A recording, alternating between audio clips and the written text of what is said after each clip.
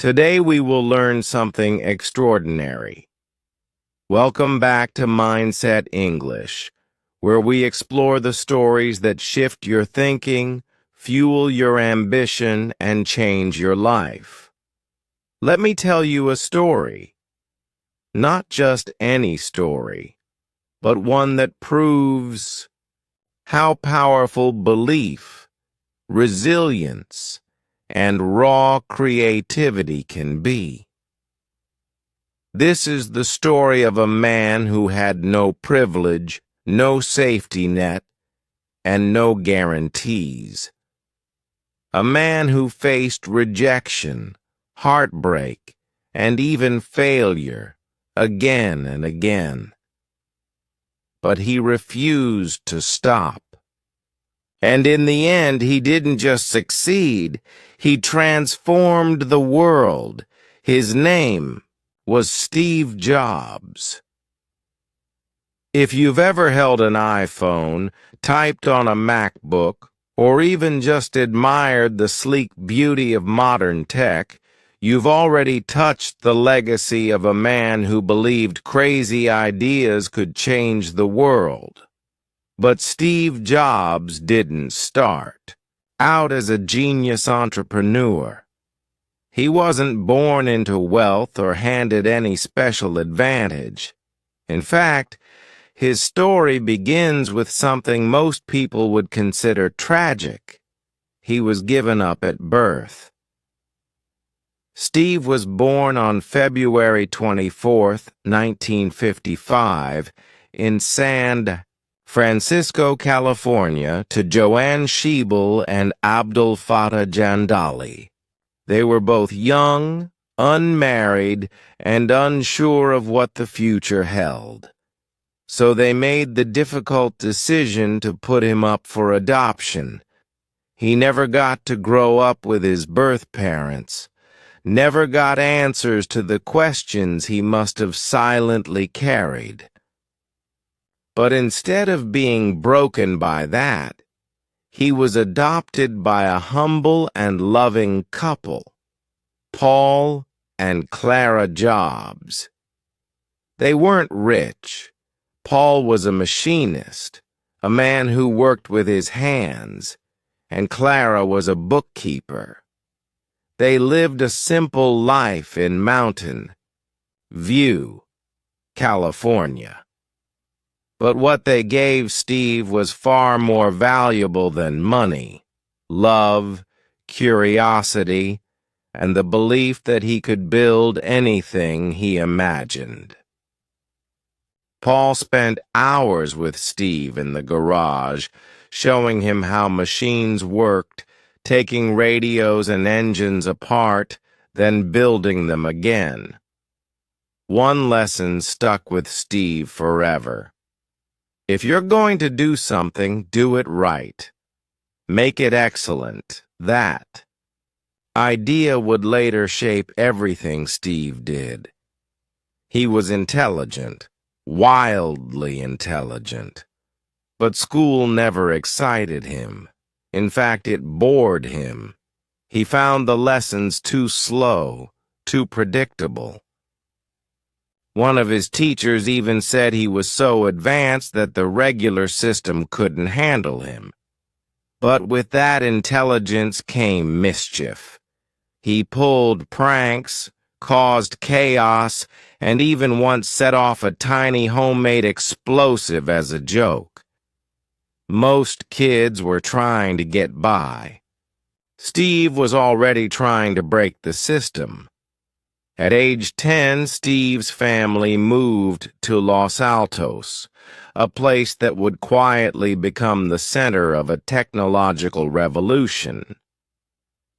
Silicon Valley was beginning to rise, and then one day young Steve saw a computer for the first time. It wasn't like anything we know today. It filled an entire room, but something about it lit a fire inside him. This machine could solve problems. This machine could do things. He wanted to know everything about it.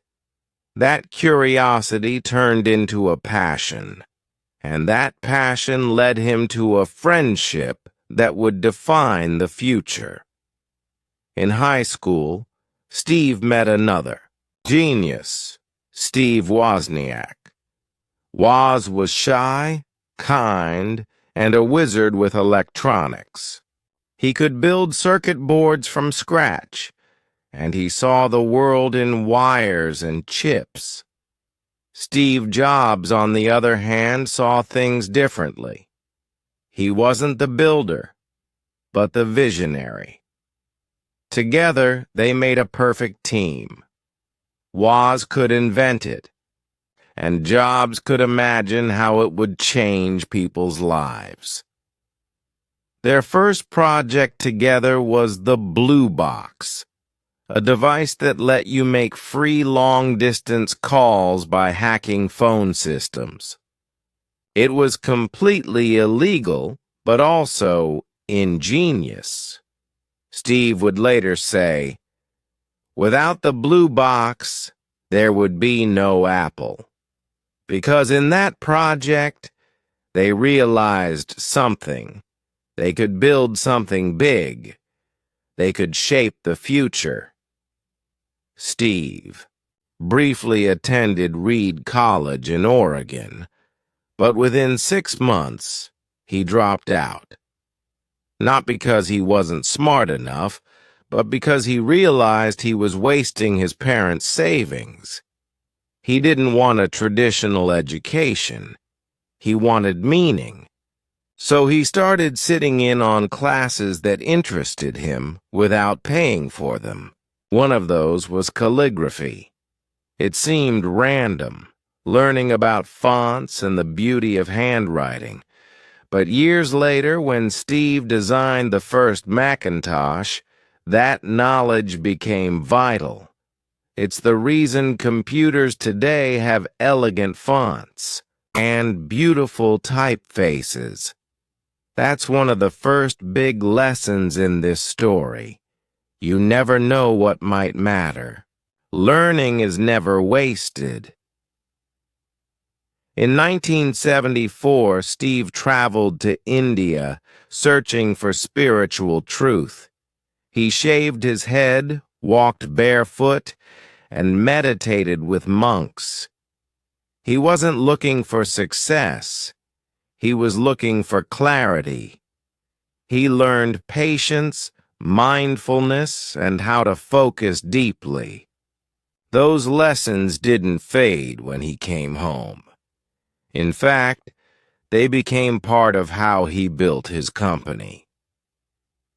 He returned to California a changed man, not just curious, but now also focused.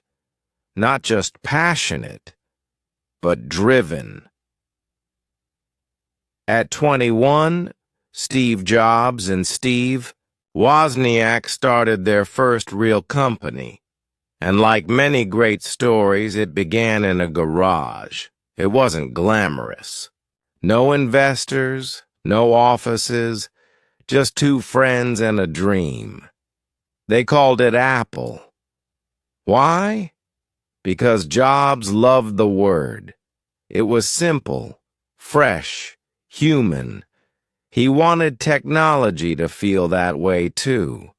Their first product was the Apple MY, a circuit board, hand-built, simple, but functional. They sold it to local shops and computer nerds. It wasn't a runaway hit, but it earned enough money for the next big idea, the Apple II. The Apple II changed everything. It was one of the first personal computers with color graphics designed for everyday people. You could just plug it in and start. It sold like wildfire. Suddenly, Apple was a real company. And Steve, at only 23 years old, was a millionaire. But money wasn't what drove him. It never really was. Steve wasn't in love with numbers. He was in love with ideas. And that's why he pushed his team so hard. He wasn't an easy boss.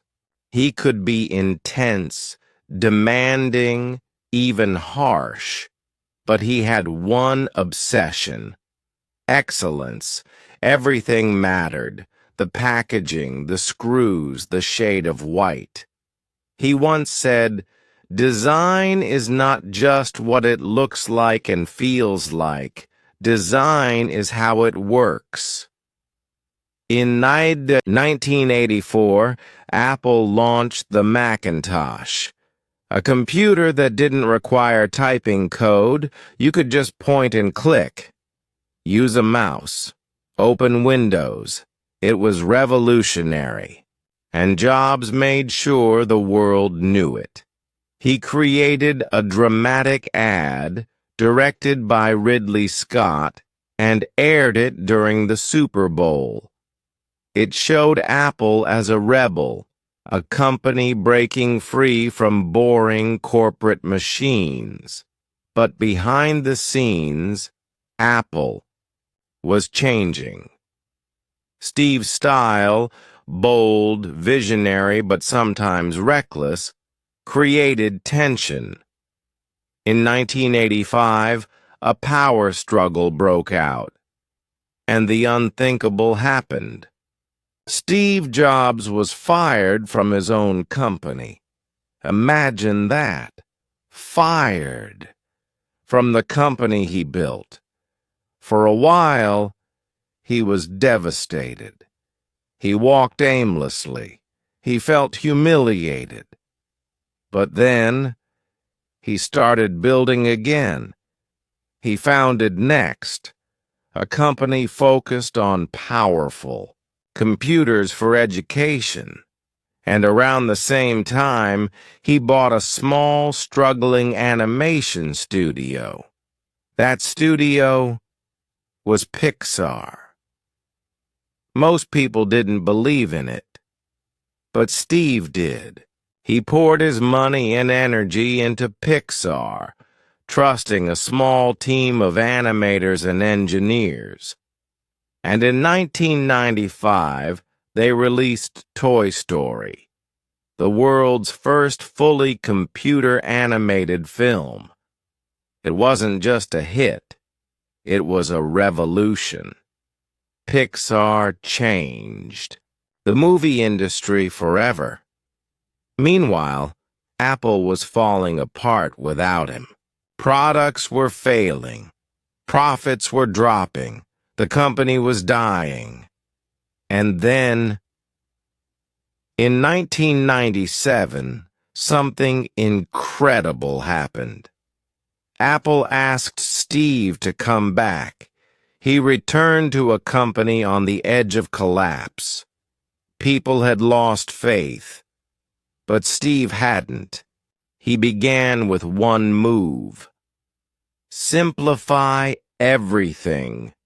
He canceled nearly all products and focused the company on just a few core ideas. He believed that focus wasn't about saying yes to everything. It was about saying no to almost everything. His next step? He shocked the world by partnering with Microsoft, Apple's biggest enemy. People were angry, confused, but Steve said, "If we want to survive, we need to be practical." That deal saved Apple and brought in much-needed cash. And then, he began to imagine again. He asked, what if a computer could be fun? Beautiful, friendly? In 1998, the iMac was born. Bright colors, transparent cases, sleek curves. It wasn't just a machine, it was a personality. It became a hit, and the world started watching Apple again. But Steve wasn't done, not even close. Steve's journey reminds us that it's never too late to dream big and make a difference. And yet, as his story draws to a close, its influence only expands. Even after his passing, Steve Jobs' presence can be felt in every corner of Apple's culture and in the DNA of every product the company produces. His fingerprints are all over the minimalist design, the intuitive user interfaces, the seamless integration of hardware and software, everything that makes Apple devices stand out. But more than that, his legacy lives on in the mindset he instilled, the relentless pursuit of excellence, the courage to take bold risks, and the unwavering belief in the power of simplicity. After Steve's death, many wondered if Apple would still be able to innovate without him. But in the years that followed, Apple released the Apple Watch, which revolutionized how people interact with their health and fitness. It introduced biometric tracking, ECG monitoring, fall detection, and more. Features that save lives every day. Steve always believed that technology should serve humanity, and the Apple Watch was a reflection of that philosophy. Then came the AirPods, small wireless earbuds that many critics initially mocked. But just like with the iPad, Steve had trained Apple to ignore the noise and focus on the user experience. AirPods quickly became a cultural phenomenon, not just for their convenience and audio quality, but for their seamless connection across Apple devices. This was the kind of harmony Steve envisioned, a digital ecosystem that faded into the background and empowered people to live more freely. In 2020, Apple released its own M1 chip, a bold move to break away from Intel and build its own processors. It was a decision that carried massive risk, but the result was astonishing. The M1 Max outperformed expectations, offering power and efficiency that redefined the future of computing. This level of innovation, of thinking differently, was exactly what Steve had built the company for. And as artificial intelligence and machine learning continued to grow, Apple remained at the forefront.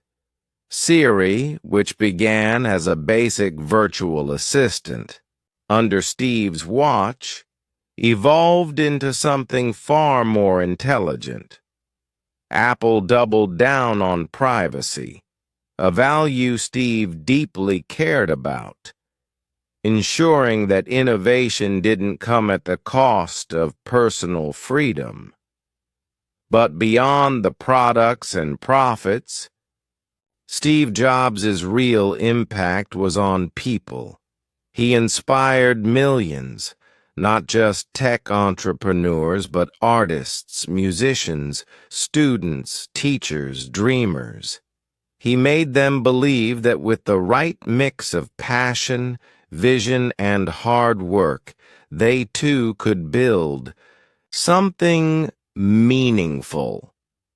His story became a symbol of possibility, of how one person with a big idea can leave a dent in the universe.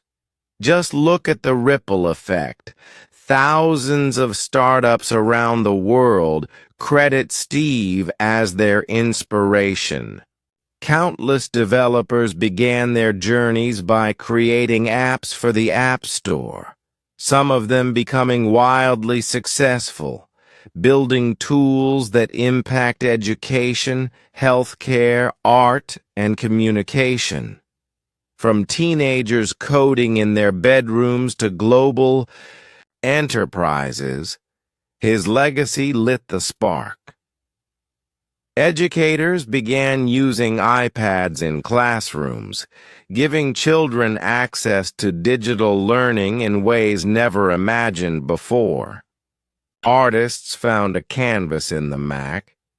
Musicians composed symphonies on GarageBand, and photographers edited masterpieces on iPhones. For all of Steve's bold decisions and moments of genius, he never claimed to have done it alone. He often spoke about the power of collaboration, the idea that great things are never done by one person, but by a team of passionate individuals.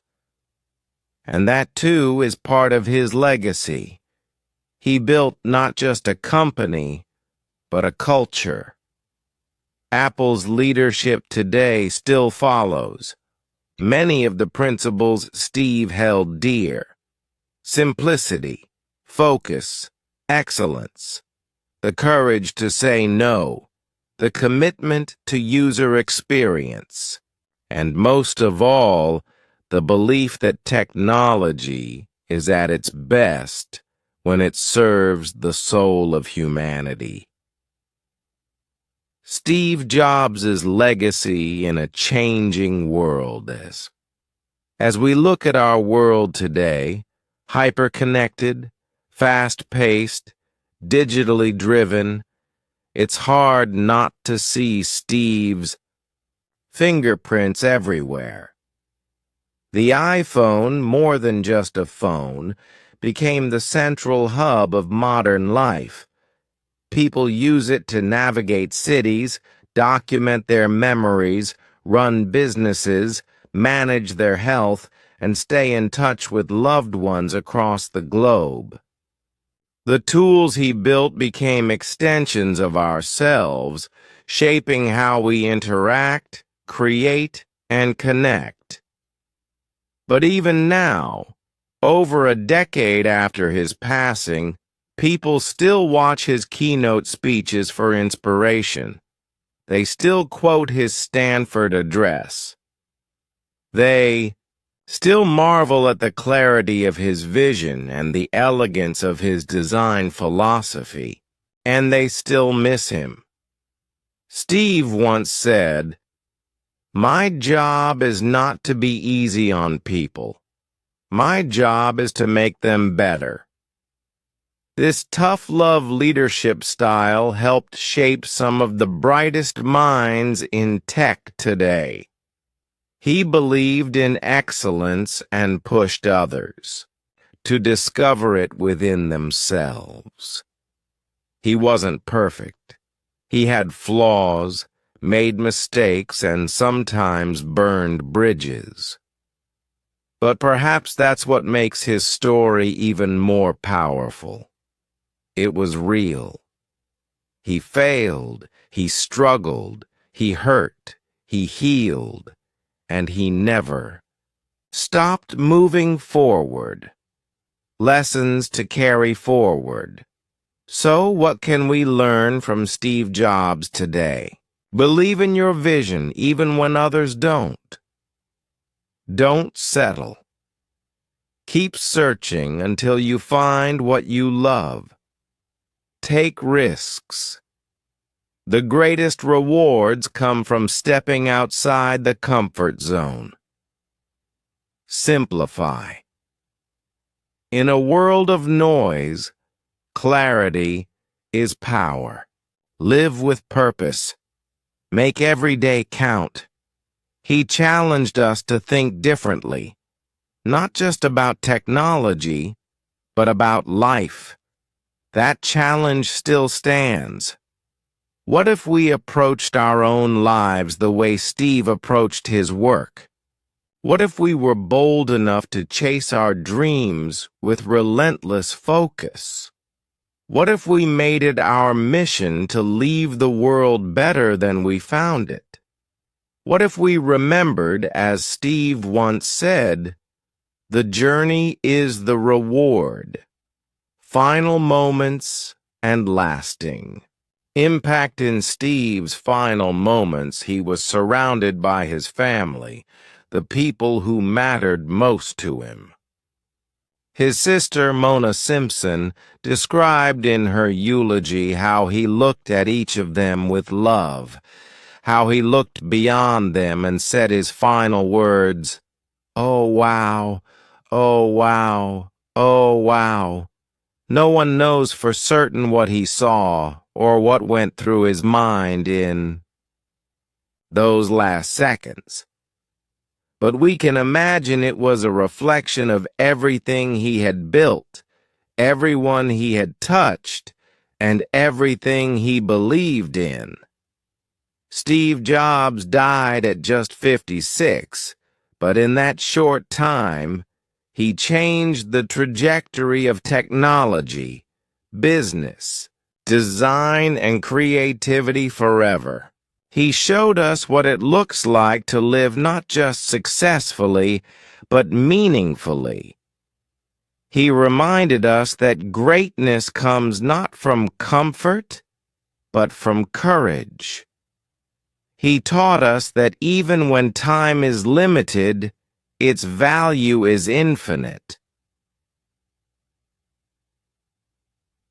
If this inspired you, if Steve Jobs' story moved you, if you felt a spark of inspiration, a moment of reflection, or the motivation to chase your own dreams, then don't let it stop here.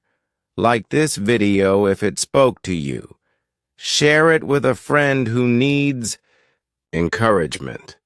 And subscribe for more powerful stories, insights, and life lessons from visionaries who changed the world. Remember, stay hungry, stay foolish, and most importantly, make it count.